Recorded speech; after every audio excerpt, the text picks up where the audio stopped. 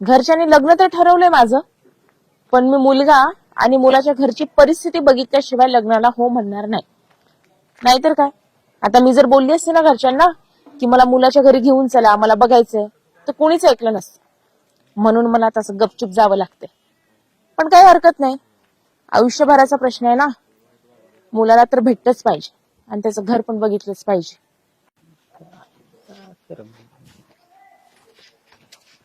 ओ दादा, तुम्हाला दीपक पिस्केचं घर माहितीये का? होय रे, ते पकांना दीप का?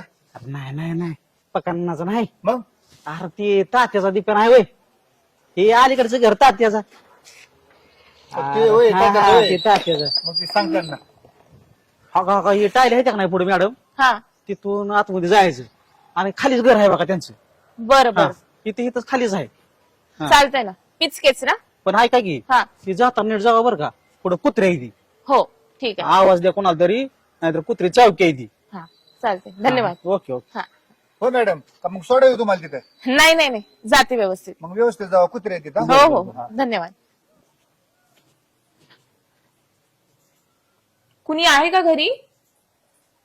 अरे स्नेहा तू अगं काय अचानकच फोन नाही काय नाही काय नाही. सहजच. बर मी काय बाहेर बोल बसले. ये घरात ये, घरात येऊन बोलू. ये लवकर ये. चल येते. ये.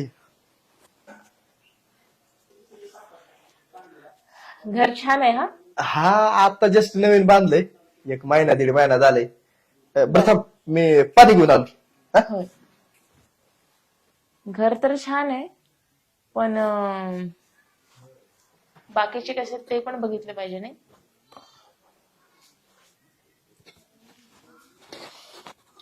Bye, bye.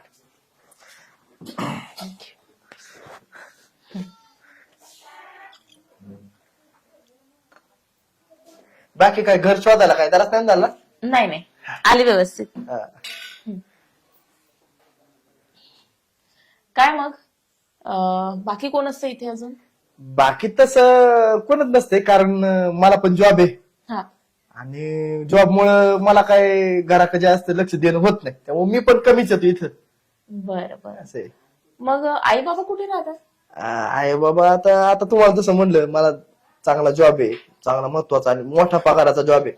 त्याच्यामुळं काय झालंय, आई वडिलांना थोडं जरा लक्ष देता येत नाही. त्याच्यामुळं मग त्यांना अनाथाश्रमच ठेवलंय. म्हणजे कसं, आजकालचे वृद्धाश्रम कसे, तिथं म्हातारा लोकांची जरा चांगली सोय होती ना. आणि जर समजा लग्न करायचं म्हणलं तर पुरीच्या पण अपेक्षा असतात, बाबा सासू सासऱ्या सोबत राहणार नाही. मग एवढं सगळं रामन महाभारत करण्यापेक्षा अगोदरच आपली तजवीज करून ठेवलेली बरी आहे की नाही? चांगले. तुम्हाला काय वाटतं हो, मी पण त्या बाकीच्या मुलींसारखी आहे? नाही पण नाही, तुम्हाला आई बाबाला वेळ देता येत नाही, त्यांना तुम्ही सांभाळू शकत नाही, म्हणून तुम्ही त्यांना वृद्धाश्रमात ठेवून आलात. उद्या तुम्ही मला तरी काय वेळ देणार आणि मला तरी कसं सांभाळणार? नाही नाही काही नाही, मला हे असं आवडत. त्याच्यामुळे आपलं जमलेलं लग्न मोडणं असं समजा. अहो नाही नाही नाही, अहो काय चुकलं असेल तर माफ करा. मग तसं काय करायचं नाही, पण असं काय करू नका तुम्ही. तुम्हाला माहितीये, चूक ना बायकोची नसतेच, नवऱ्याचीच असते. तुम्ही ना बायकोचं ऐकून ऐकून त्या बायकोचा बैल झालेले असतात. बायकोनी म्हटलं आई बापाला दुसरीकडे सोडून ये, लगेच त्यांना दुसरीकडे सोडून येणार. बायकोनी म्हटलं इकडे जा तिकडे जा, लगेच तिच्यासारखं करणार. हा, आणि मग नंतर बायकोचं नाव बदनाम करायचं. नाही नाही, काही चुकलं असेल तर माफ करा. वाटलं तर मी त्याला परत घेऊन येतो घरी.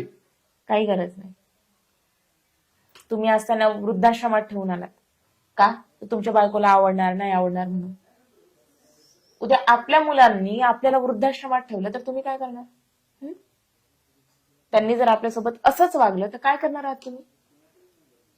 बरोबर आहे. तुम्हाला माहितीये, आपण जसं वागतो ना, म्हणजे आपल्या आई वडिलांचे संस्कार आपल्यावर होत असतात, तसंच आपले मुलंही करतील आपल्यासोबत. चालेल तुम्हाला? नाही नाही, असू द्या, तुम्ही बघा दुसऱ्या मुली, हे लग्न मोड.